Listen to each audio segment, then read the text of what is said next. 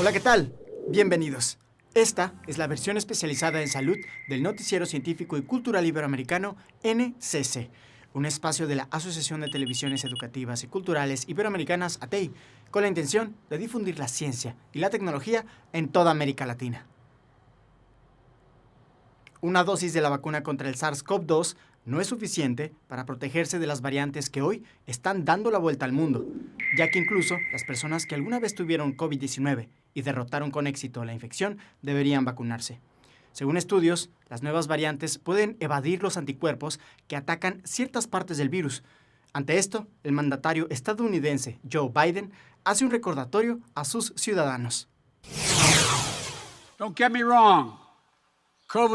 No me malentiendan, el COVID no ha sido derrotado. Todos sabemos sobre las poderosas variantes que han surgido, como la variante Delta. Pero lo mejor para defenderse de estas variantes es vacunarse. La intubación por insuficiencia respiratoria suele ser muy común en pacientes infectados de COVID-19. No existe una medida exacta que describa el tiempo de este procedimiento en pacientes que requieren de cuidados intensivos, ya que la evolución es distinta en cada persona. Sin embargo, estar más de 14 días en intubación empeora las posibilidades de mejora, ya que resulta un proceso invasivo y de alto riesgo. Por esta razón, un grupo de investigación en Brasil desarrolla un casco especial que pueda ayudar a prescindir de dicha técnica.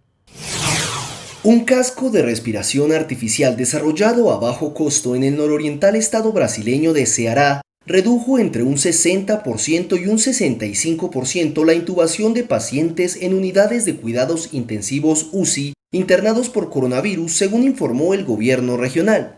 El equipo, bautizado con el nombre de Elmo y que pasó por pruebas clínicas y fisiológicas, está siendo usado en 23 de los 27 estados brasileños y en el caso de Ceará atendió a 3.000 pacientes de la red pública en 6 meses, con una reducción de entre el 60 y el 65% de la intubación. Según los investigadores responsables del proyecto, que se inspiró en los estudios de médicos italianos que usaron máscaras de buceo para tratar otros tipos de coronavirus en los años 90, el casco fue utilizado en pacientes con COVID-19 que presentaron complicaciones respiratorias como neumonía. La producción en tiempo récord permitió que el casco llegase a la red pública y con un costo estimado de su fabricación de entre unos $240 y $300, un precio bajo en comparación con otro tipo de respiradores artificiales usados en el tratamiento de la COVID-19. El idealizador del equipo y superintendente de la Escuela de Salud Pública de Ceará, el médico inmunólogo Marcelo Alcántara, destacó que el casco tampoco deja secuelas en los pacientes, como suele a veces ocurrir en algunos pacientes intubados. El dispositivo es fabricado con silicona y PVC y su diseño y mecanismo permite el suministro de oxígeno de alto flujo, cubriendo totalmente la cabeza del paciente y ajustado al cuello para evitar el paso de aire, pero sin ningún tipo de sondas invasivas y evitando expeler el gas carbónico del paciente. Vivimos en un momento histórico en donde por primera vez la mayoría de los seres humanos pudimos seguir trabajando, estudiando, comprando o interactuando con otros pese al confinamiento derivado de la pandemia. Todo esto gracias al Internet y las nuevas tecnologías, que en su gran mayoría tienen menos de 20 años y que hoy permiten la creación de nuevas herramientas, impulsando así el desarrollo tecnológico en países como Venezuela. Puedes elegir alguno y seleccionarlo para ir a... En Venezuela, la lucha contra el COVID-19 se libra también en el terreno digital. Con hospitales al límite por la pandemia, programadores y estudiantes han ideado soluciones digitales. NESA, por ejemplo, es un prototipo de app sobre medidas de bioseguridad que desarrollaron Rebeca y Wanda, ambas de 16 años. A veces uno sale y el que te vende tiene el tapabocas por la barbilla. Entonces son cosas que uno piensa, cónchale, este señor ¿a cuántas personas le ha vendido con el tapabocas por aquí? ¿Sería realmente seguro comprar en este lugar? Las jóvenes confían en conseguir financiamiento para potenciar su proyecto, que esperan sea descargable por Play Store. Funciona con reportes y índices de seguridad. Los establecimientos rellenan un formulario, un test, explicando qué medidas y qué normas ellos están respetando y cuáles no, qué permiso tienen, cuál es su capacidad de aforo, sus dimensiones de espacio, si tienen cuántas salidas de emergencia. Este especialista en ciencia de datos también pensó en ayudar en medio de la crisis y creó Javenda, un directorio interactivo que enlaza a sus usuarios con Google Maps para llegar rápidamente a los abarrotados centros de salud. La reacción fue, bueno, yo sé cuáles son los recursos para poder solventar esto y déjame trabajar en vez de ponerme a criticar y lamentar esta situación, déjame tratar de resolver porque yo sé algo que se puede hacer en este caso. Ahora espera alimentar el mapa con datos de terceros para ampliar la cobertura de la aplicación. Los proyectos son un desafío a la debacle de Venezuela, con 8 años de recesión y servicios públicos colapsados, Internet incluido. Según el índice global de Speed Test, el país tiene uno de los anchos de banda fija más bajos del continente, superando apenas a Cuba y Haití. Ocupa el puesto 139 entre 176 países. Según el Instituto Mexicano del Seguro Social, el alcoholismo es una enfermedad y no un vicio. Se trata de una dependencia crónica al alcohol que deriva en el deterioro de la salud física y mental de una persona. Es por esto que la prevención debe iniciarse en etapas tempranas de edad, con educación basada en la moderación, acciones que fomenten el autoestima y habilidades sociales. Por esta razón, la Universidad Nacional Autónoma de México desarrolla programas para ayudar a detectar esta enfermedad y poder hacer algo a tiempo. El alcohol es la sustancia tóxica de mayor consumo en México. Alrededor del 71% de la población de entre 12 y 65 años lo ingiere. El 7% es dependiente y de ellos, el 80% no recibe tratamiento. Estudios han demostrado que el patrón de consumo típico es de grandes cantidades por ocasión, pero con poca frecuencia. Y aunque los hombres beben más, el consumo en las mujeres va en aumento. ¿Los motivos?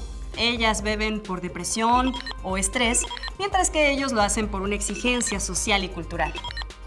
El alcohol eleva nuestra frecuencia cardíaca y la presión sanguínea, y hace que los riñones trabajen más de lo normal.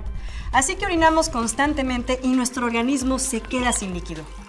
El hígado también se esfuerza para transformar las toxinas en elementos inofensivos para el organismo y para ello absorbe agua del cerebro y esto provoca que se contraiga y es lo que nos produce el dolor y la resaca. Asimismo, los investigadores han identificado que el alcohol afecta principalmente a nuestro cerebro porque bloquea la comunicación entre las neuronas del cerebelo, que es el encargado de la coordinación, el equilibrio, la memoria y la respuesta emocional. Los estudios han determinado que el alcohol también daña la corteza cerebral, de manera que afecta nuestra habilidad para pensar, planear y comportarnos. En las facultades de Psicología y Medicina, así como en la Escuela de Enfermería de la UNAM, se desarrollan modelos de tratamiento para identificar a las personas que comienzan a tener problemas para beber y se les enseña a controlarlo.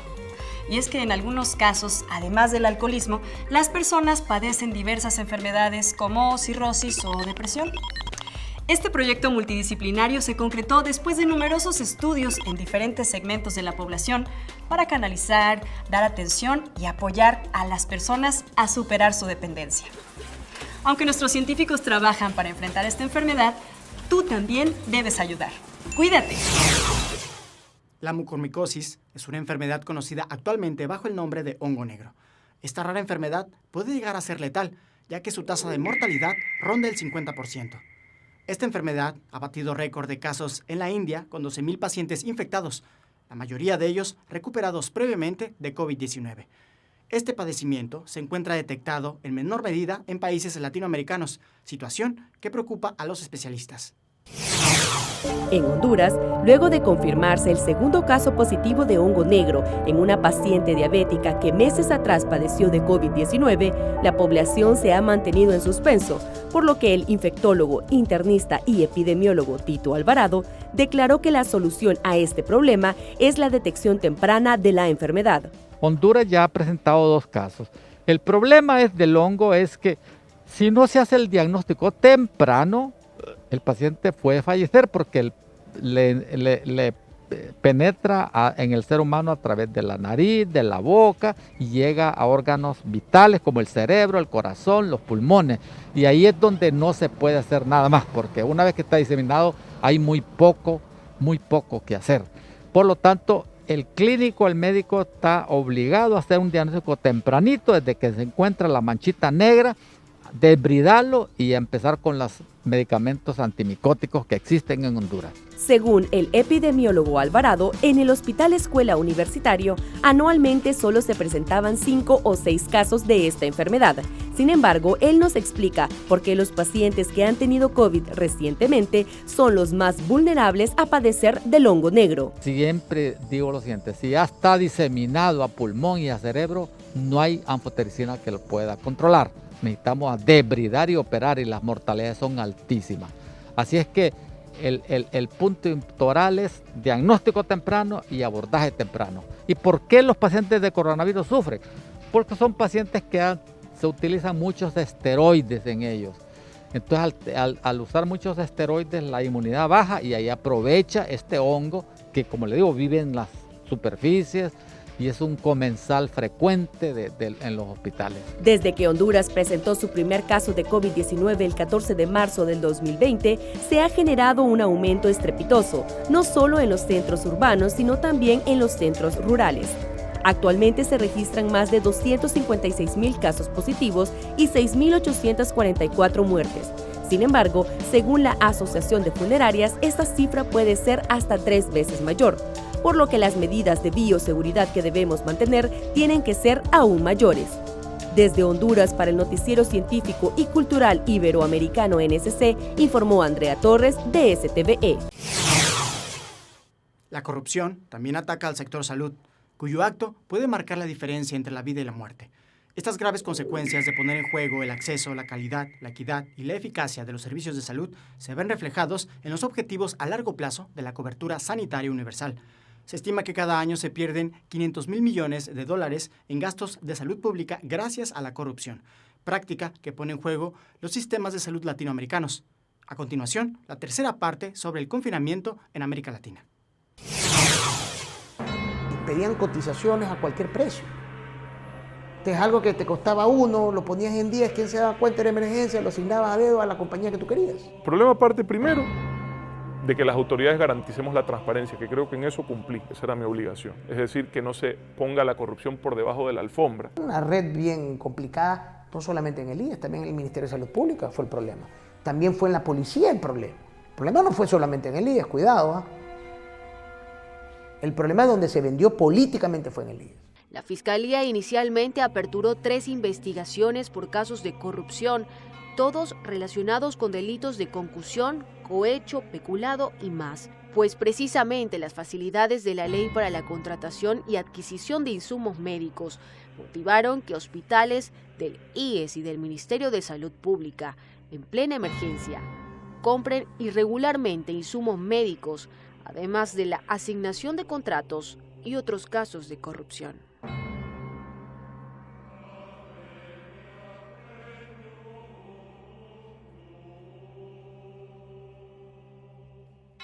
Era inaceptable que en la mitad de una emergencia, o sea, para mí, imagínense la indignación de haber trabajado y ver gente cómo se condolía por los problemas que le pasaban a su vecino, que se le había muerto el familiar, que estuvo 3, 5, 7 días en la sala, y vivir todo ese trauma mientras otros se estaban volviendo multimillonarios, robándonos en nuestro sistema de salud, era una cuestión inaceptable. Pero la única solución definitiva es cambiar el sistema.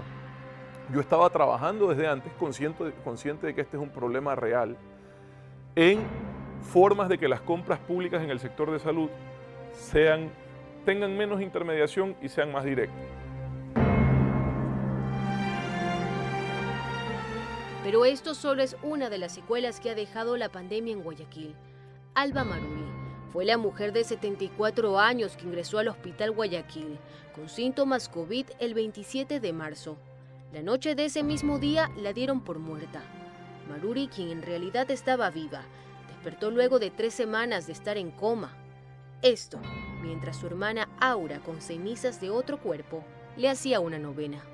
Cuando, faltando 3 días para el mes, vienen unos doctores del Hospital Guayaquil con la visitadora social que se habían dado cuenta a los 8 días de que ella estaba viva.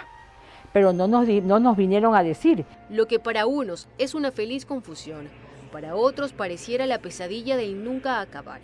A un año de la llegada de aquel enemigo silencioso que nos desmembró, hay aún familias desesperadas tratando de encontrar los cuerpos de quienes fallecieron en la primera ola de la pandemia.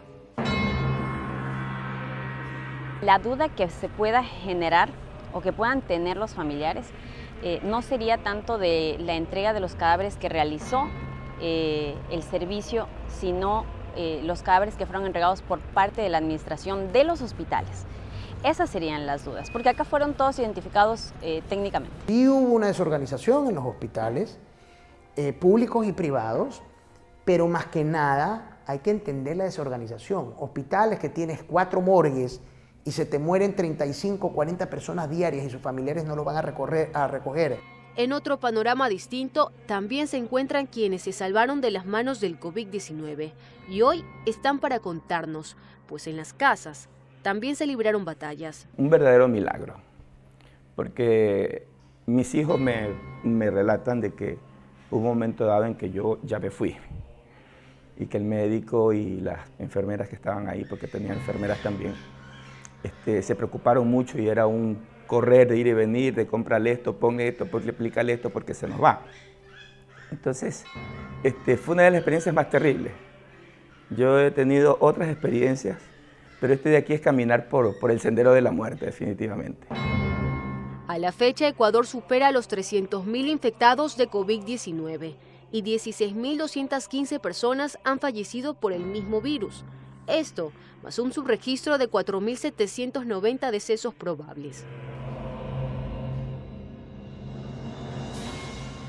Ahora, luego de un año de pandemia, Guayaquil, capital económica de los ecuatorianos, trata de levantarse con un 60% de su actividad económica reactivada, pues muchos negocios cerraron debido al confinamiento.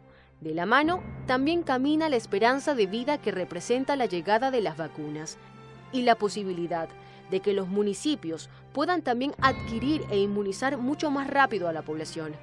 Hasta tanto, aquellos días de llanto y miedo parecen irse quedando atrás, pero no olvidando, pues las calles, murales y la propia gente de esta ciudad altiva y próspera lleva marcada para siempre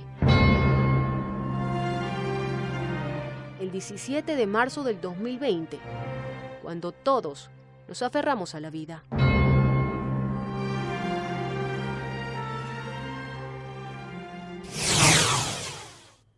La siderurgia es la técnica para el tratamiento del hierro.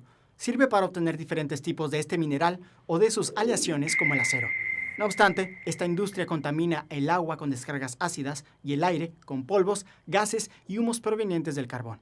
Incluso para las comunidades aledañas a estas fábricas, estos procedimientos se han convertido en un factor de riesgo, tanto para el medio ambiente como para los niños que viven en los alrededores. La salud de los europeos y las necesidades de la industria son 2 temas que se abordarán en la Semana Verde Europea. La UE quiere ser climáticamente neutra en 2050. ¿A qué distancia estamos de este objetivo? Por ahora muy lejos. En Taranto, en el sur de Italia, se encuentra Ilva, la mayor planta siderúrgica del país. Durante años ha emitido dioxinas y otros productos nocivos para la salud, con consecuencias muy graves para los niños, explica esta pediatra. El Instituto Superior de Salud realizó un estudio cuyos resultados se conocieron en 2019 y parece que los niños que viven más cerca de las plantas industriales, en comparación con los niños que viven más lejos, tienen una reducción del coeficiente intelectual de unos 10 puntos. Durante todos estos años, el desinterés de Ilva por los problemas ambientales ha llevado a la empresa a los tribunales. Este lunes, los expropietarios de la planta fueron condenados a más de 20 años de prisión y el exgobernador de la región a 3 años y 6 meses por desastre ambiental. Pero ahora nadie sabe qué hacer con una fábrica que sigue contaminando. Es hora de poner fin a esta agonía y aprovechar los fondos europeos para diseñar una ruta hacia la transición ecológica real. Necesitamos invertir al menos 5.000 millones de euros en Taranto para volver a emplear a los trabajadores de Ilva y poner el futuro de la ciudad en un proyecto verdaderamente sostenible para el día de mañana. il futuro della città su un progetto realmente sostenibile. La contaminación y los problemas asociados con ella no son solo un problema para Taranto. El Sistema Nacional de Salud financia los tratamientos de los numerosos pacientes con cáncer de la ciudad de Taranto, por lo que un entorno más saludable acabaría repercutiendo en las finanzas públicas, explica Jenon Jensen, directora del Think Tank Health en Bruselas. Sabemos que la contaminación del aire causa más de 400.000 muertes al año, solo en Europa, y es totalmente prevenible. Si podemos hacer que estos costes sanitarios y su impacto sean más visibles y que los ciudadanos lo entiendan, entonces creo que tendremos más apoyo de la Unión Europea para políticas que realmente aborden y reduzcan el impacto para la salud. La Semana Verde de la Unión Europea es una oportunidad para concienciar a todas las partes interesadas y a los ciudadanos sobre cómo unir fuerzas para crear un entorno libre de contaminación y sustancias tóxicas, también en Taranto. Durante la crisis sanitaria, las personas con capacidades distintas que requieren de algún apoyo para realizar sus actividades cotidianas se vieron en un panorama de aislamiento resultado de las medidas de confinamiento, intensificando las barreras para quienes necesitan de servicios de salud específicos y terapias constantes. Sorpresivamente, en algunas regiones del mundo, esta situación también ha desembocado en una especie de empatía colectiva que podría abonar a una reestructuración social post-pandemia. Zoltán Fenivesi es atleta y entrenador de la Fundación Suhani en Budapest. Como todas las personas con discapacidad, también encontró difícil el confinamiento. Según su asociación, las personas con discapacidad echaron de menos la vida social y el ejercicio físico, aunque también notaron una mayor conciencia social. Pero la actividad física es muy importante porque aumenta la independencia y la confianza.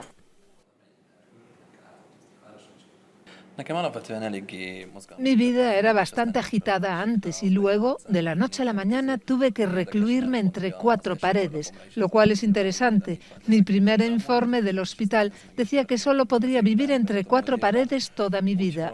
Y de pronto eso se hizo realidad el año pasado. Fue muy extraño no poder salir a ver a los amigos, no poder salir a entrenar, no tener competiciones, no hacer ejercicio. Me sacó completamente de mi rutina y tuve que acostumbrarme a una nueva norma. Sin embargo, los comentarios enviados a la Fundación Suhani también mostraron que las personas con discapacidades experimentaron una mayor comprensión y ayuda que antes. Queríamos saber, más allá de las dificultades, cómo había cambiado la actitud o la ayuda de la gente de la calle hacia los discapacitados durante las restricciones. De los resultados del cuestionario concluimos que en el último año ha aumentado definitivamente el nivel de sensibilidad social y de ayuda.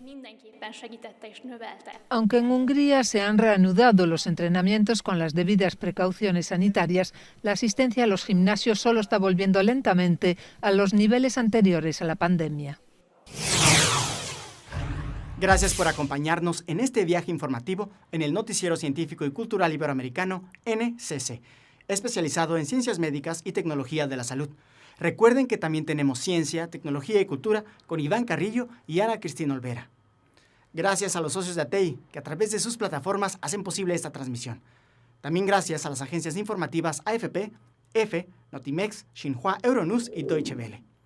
Visiten nuestra página noticiasnsc.com, utilicen nuestra aplicación móvil y síganos en nuestras redes sociales. Los encuentran como NSC Iberoamérica. Soy Jonas Birmar. Cuídense mucho. Nos vemos en la próxima.